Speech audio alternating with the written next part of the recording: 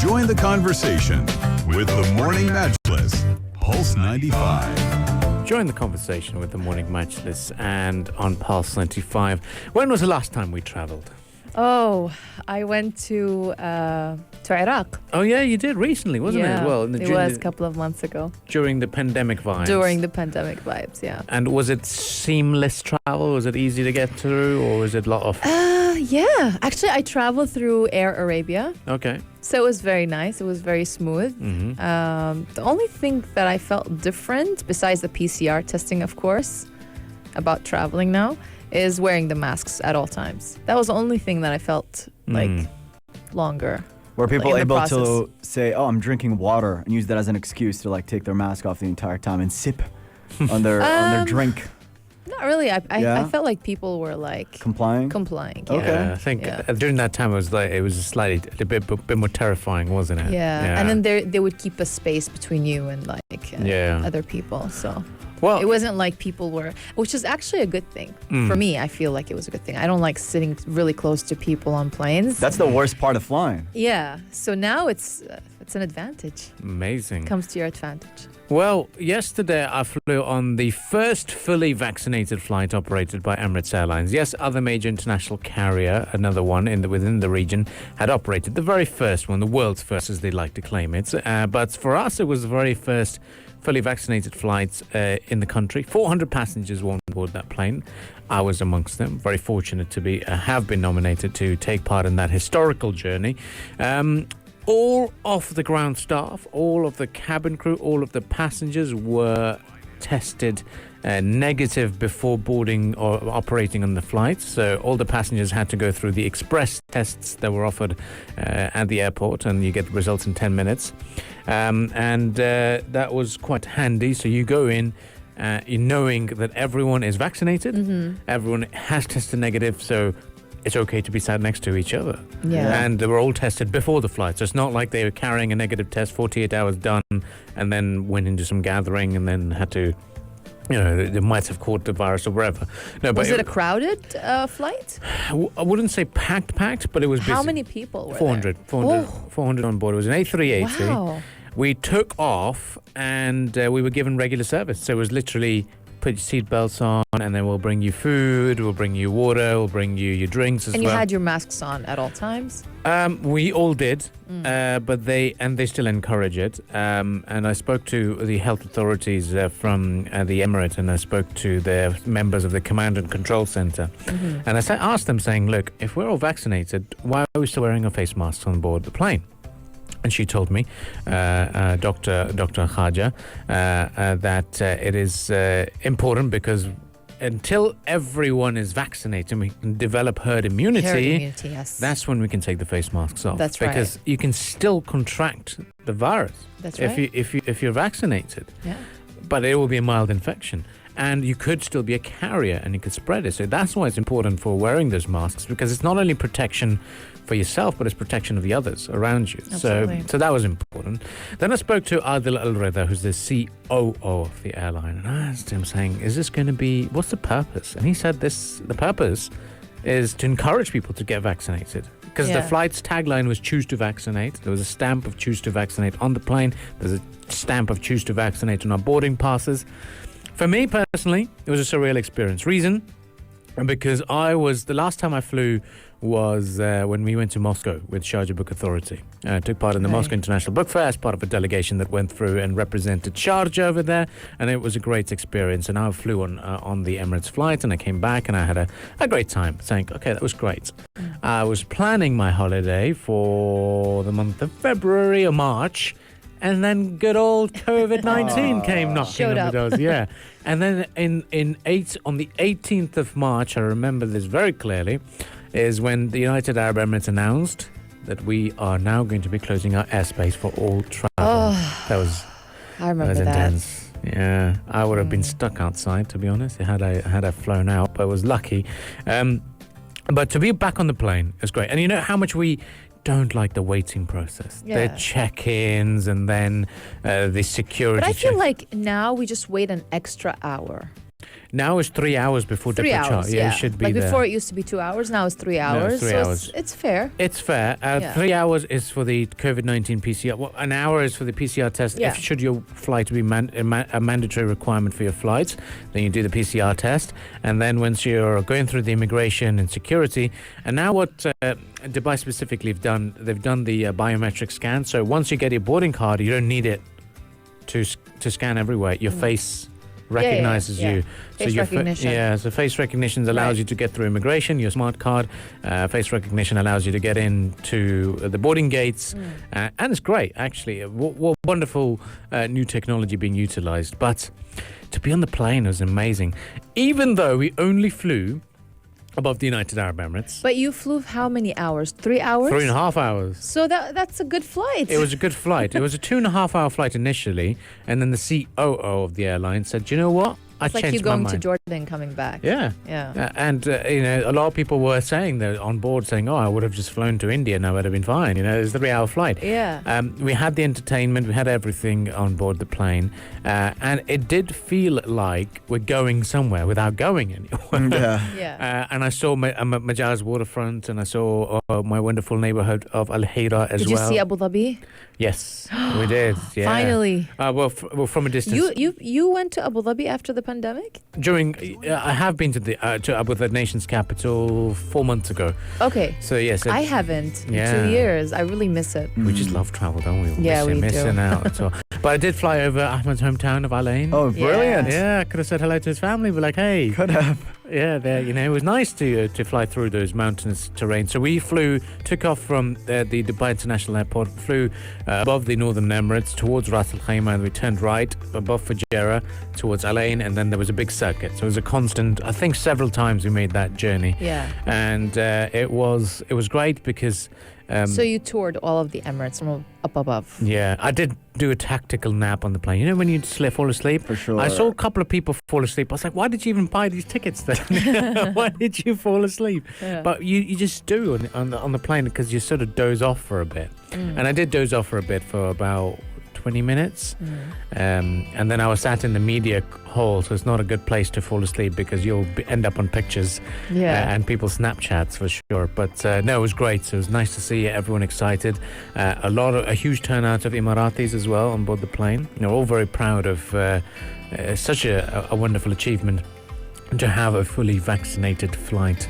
Well, I also spoke to this when I spoke to the COO. I asked him, saying how difficult of a year it was, and he said, "Well, it has been a difficult year, especially with the closure of the big source market of the UK. That's still closed." What is the outcome? What is the outlook for it the next year, or he's- this year and next year?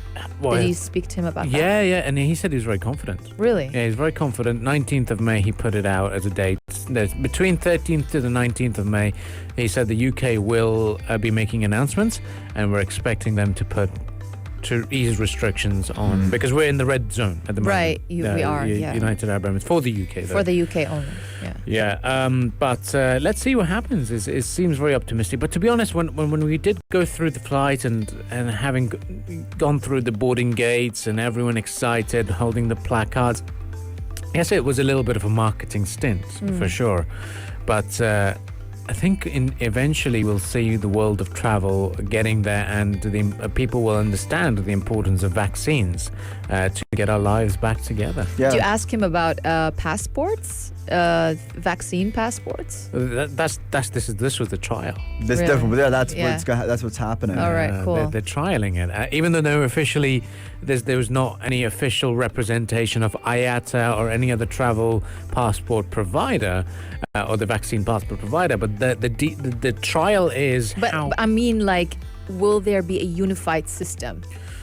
That is the question. That's the big question. Yeah. That's going to be something that we're looking at eventually, isn't it? Yeah. But it really looks like something that's sort of symbolic of at least the future of aviation. Yeah. For what's to come. The whole vaccinated flight, that way of going about it. And sharing your vaccine details and certificates. Yeah. So when I went on check-in, I showed them my Al Hosn app. They put all the details, or linked it with my facial recognition profile, and there we were, done.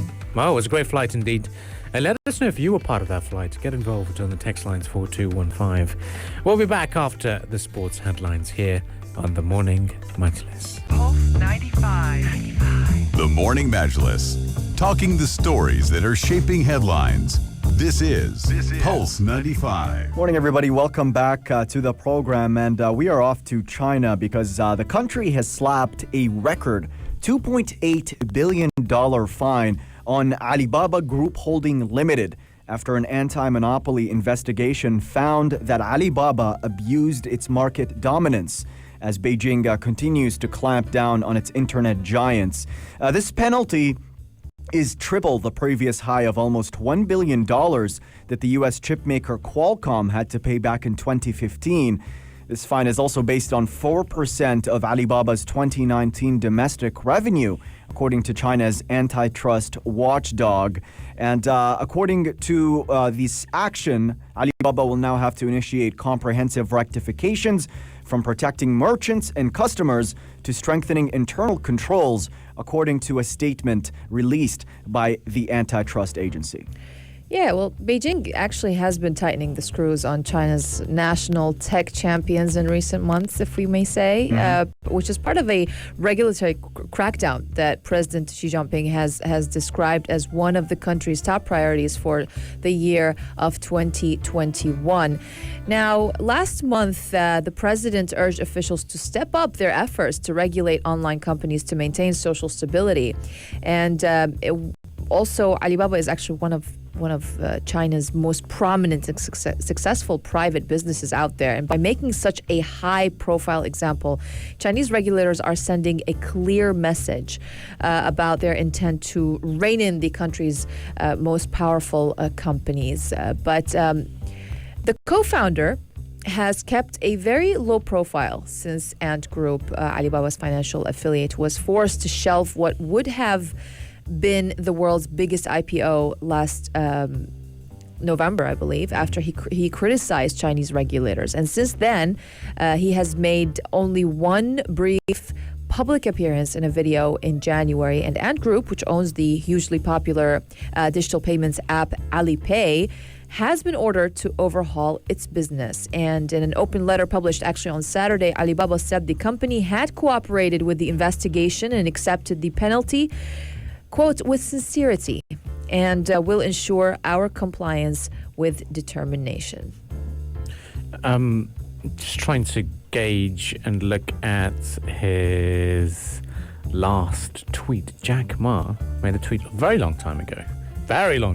Yeah. And last one was October 2020. And yeah, I mean, he's kept a very low profile for a very long time now. And at least he's still around. That's the main thing. And hefty penalty on Alibaba is also coming against the backdrop of regulators globally, including the US and Europe, carrying out those tougher antitrust reviews of their own tech giants, such as Google and Facebook. With the fine on one of its most successful private enterprises, Beijing is making good on threats to clamp down on what they say platform economy and rein in the behemoths that play a dominant role in the country's consumer sector. And Alibaba was massive, and especially when it was a Singles Day sales, and we saw how popular that site was and how influential it became, and big revenues. It was only a matter of time that someone would have acted and said, hey, hang on a minute, getting too powerful.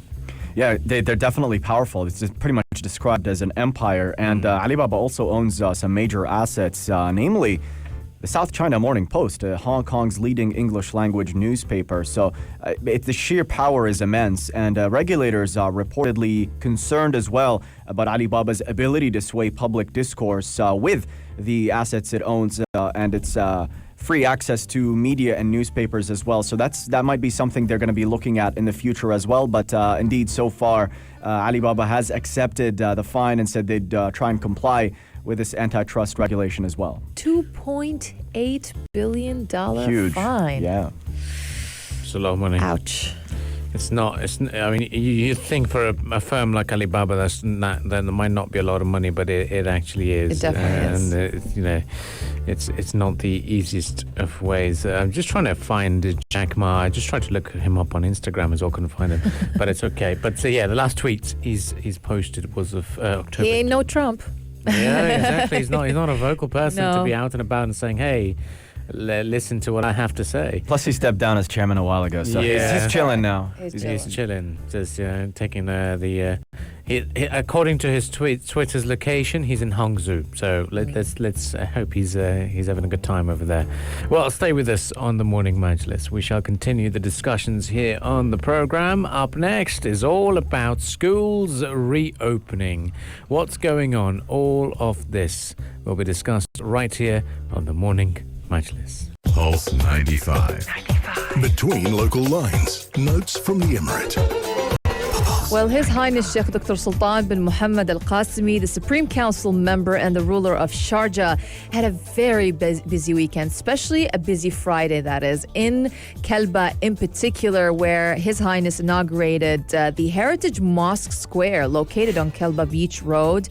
The square is actually one of the most important tourist sites here in the Emirate of Sharjah. It's being surrounded by a number of landmarks, including Khor Kalba Fort in the north, the new Castle Neighborhood Mosque in the south, and the developed Kalba Corniche extension in the east. And the square also features several important construction elements, such as Fisherman Heritage Mosque, Saif bin Ghanim Mosque, and also the water fountain as well. And not only that, but His Highness went on to inaugurate a lot of other locations in Kalba. For example, His Highness inaugurated the new Kalba Beach Corniche as well. That was also very, very spectacular. We saw that it's one of the development project that aims to raise infrastructure efficiency and also provide services to the people of the region, visitors and beachgoers. And that was also another thing that another location that His Highness inaugurated, and other things as well. That's right, Rania. Other places. Absolutely. And looking further at his tour of the Khor Kalba Fort, he looked at various parts of it and familiarized himself with the various collectibles and artifacts displayed in one of the halls of the fort, which were found through excavations, some of which date back to the 18th century BC, and some of those are even much older. The construction of the Khor Kalba Fort dates back to approximately 1745 in the 18th century. The fort sits on a total area of approximately 1,435 square meters, and it is characterized by its 4 unequal walls. The ancient village, represented by the discovered houses below the fort, dates back to about 500 years, and the construction of the fort was carried out in 2 stages. The first one began in 1755, while the second started out in 1820. Yeah, it was a very busy weekend indeed, because the very next morning, His Highness Sheikh Dr. Sultan bin Muhammad Al Qasimi, the Supreme Council member and ruler of Sharjah, inaugurated the first phase of the restoration project of Bayt Sheikh Saeed bin Hamad Al Qasimi in the city of Kalba. The restoration is part of the developmental projects which His Highness has directed, coinciding with the launch of the Sharjah Heritage Days and its activities in the city of Kalba. It was a very, very busy evening as well when we saw the Sharjah Heritage Days move on to that coastal city of Kalba. And apart from that, we've also got laying the foundation of the clock tower that took place yesterday. So that was also something that all the people from Kalba would certainly be very, very proud of. And so we are looking at this big new development that's going to be in Kalba. It's the Clock Tower Square, and it's going to be part of the tourism projects for public facilities and infrastructure in the region. And we are going to be delighted because looking at the plans, it is going to be standing 42 meters high and with a diameter of about 104 meters for that square in particular. And it's going to be 668 square meters of flower beds and green space in the city of Kalba. Now, this is what we would like to ask you, just to has a little bit of a generic Majlis quiz. How much you know Sharjah? Where in the emirate or the city of Sharjah can you find the Sharjah clock tower? If you know the district, if you know the area or the name of the square, let us know on the text lines 4215. It's a very, very popular destination amongst Sharjawis, especially when they come down to visit clinics and medical facilities and opticians as well. Very, very popular spots. So if you know the square, text us on 4215. Pulse 95. The Morning Majlis, talking the stories that are shaping headlines. This is Pulse 95. Well, over the weekend, we've had an announcement from Buckingham Palace, the passing of Prince Philip, Queen Elizabeth II's husband and Duke of Edinburgh, dying at the age of 99. He was the first male royal consort since Queen Victoria's time in the 1800s and the longest-serving consort in British history. The royal family's official website saying it is with deep sorrow that Her Majesty the Queen announces the death of her beloved husband, His Royal Highness the Prince Philip, Duke of Edinburgh. Now, people around the world are sending their tributes, particularly world leaders, presidents, and prime ministers as well. Yeah, we're expecting Prince Harry to be back for this as well. At the moment, we do know that in the UK, you have a mandatory quarantine for 2 weeks when you do land. But because Prince Harry is going to have a diplomatic status, he will be okay to fly back for it. And there was Prince Charles also paying tribute to his father, saying, "My dear Papa," as well, and saying that the family did miss him enormously, and that the 99-year-old would have been amazed at the touching reaction across that he's been receiving from across the world. And the occasion, we've got plans for the funeral at the Windsor Castle as well. Yeah, also Europe's royal households and Commonwealth leaders alike praised his exceptional public service, and Joe Biden even described the Duke as a heck of a guy, and all living former U.S. presidents also sent tributes to him. And Pope Francis paid tribute to his devotion to his marriage and family. The leader of the Roman Catholic Church also noted the prince's commitment to the education and advancement of future generations. Also, the spiritual leader of Tibet wrote to the Queen and Prince Charles, saying the Duke would be remembered for having lived a meaningful life. The Chinese president also sent his condolences to Queen Elizabeth, and it was very, very sad moments for all of us, really. Certainly, Rania. Loved personality, very loved personality. Definitely was, and even across the Gulf region, UAE leaders also paying their condolences to Queen Elizabeth II. President His Highness Sheikh Khalifa sending a telegram to the UK monarch, and similar messages of sympathy relayed by Sheikh Mohammed bin Rashid, Vice President and ruler of Dubai, Sheikh Mohammed bin Zayed, Crown Prince of Abu Dhabi and Deputy Supreme Commander of the UAE Armed Forces, extending their sincere condolences to the Queen on behalf of the people of the United Arab Emirates. And they described Prince Philip as, quote, a close friend to the UAE and other nations. He will always be remembered for his devotion to his country and people. Now, there's a lot of people who are still thinking, why wasn't the Queen's husband the king? Because that's what you would normally associate it. But no, it's about the royal bloodline. Yeah. Prince Duke of Edinburgh, or Prince Philip, was of Greek origin. He's from the Greek royal family, not the British one. And the Queen made her husband the prince in 1957 when she ascended to the throne. And that was portrayed in The Crown as well. It was portrayed in The Crown. And then he did not get the title, but he was given the title the Prince Consort. The wives of kings are also typically referred to as Queen Consorts. So after Queen Elizabeth II, it's going to be two lines of kings, because it's going to be King Charles then it's going to be King William when they do take over. So that's how it's going to work. And Prince Prince Charles's wife, Camilla Parker Bowles, will become Her Royal Highness the Princess Consort when the Prince of Wales acceded to the throne as well. So that's how it all works, and that's according to the rules of the royal family.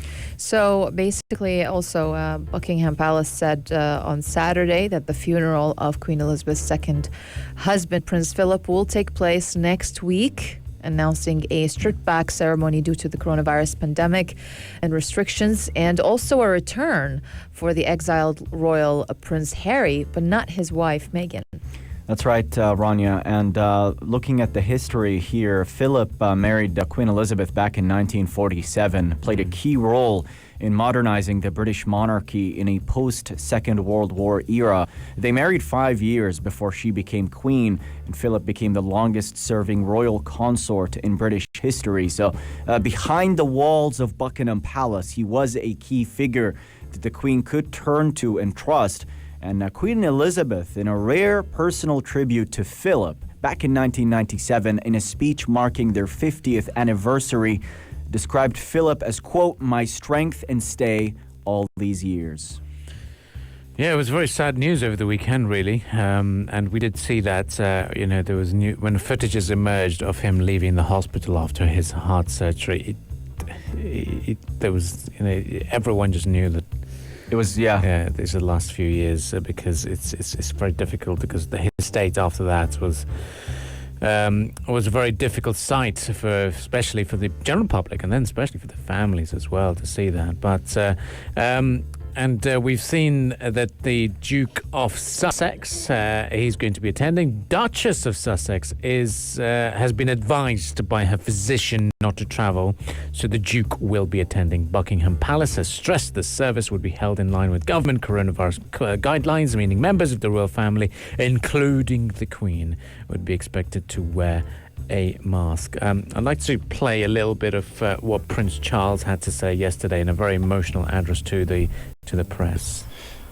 My father, I suppose the last 70 years, has given the most remarkable, devoted service to the Queen, to my family, and to the country, and also to the whole of the Commonwealth. And as you can imagine, my family and I miss my father enormously.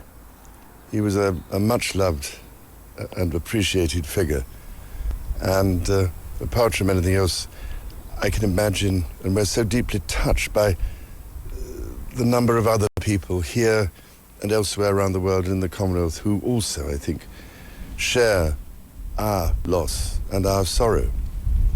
And my dear papa was a very special person who, I think, above all else, would have been amazed by the reaction and the touching things that have been said about him. And from that point of view, we are, my family, deeply grateful for all that. It will sustain. Yeah, so that was his the statement. But when we talk about the royal family, and I'm sure it was the TV show The Crown that got everyone a bit more involved, and one of the best moments portrayed of Prince Charles was in his speech to Diana, and that specific clip on YouTube has garnered millions of views because it was a very, very powerful statement. Because in the show, obviously it's all fictional, and all the dialogues have been made up. They're not officially what actually happened, but they're based around the same story plot. Where Diana started feeling that she was an outsider, and then Prince Philip reminds her that he all too is an outsider, and this was a very powerful statement. I remember that part. Yeah. So when he said it was very powerful. So let's play that as a little bit of a tribute to Prince Philip. Everyone in this system is a lost, lonely, irrelevant outsider.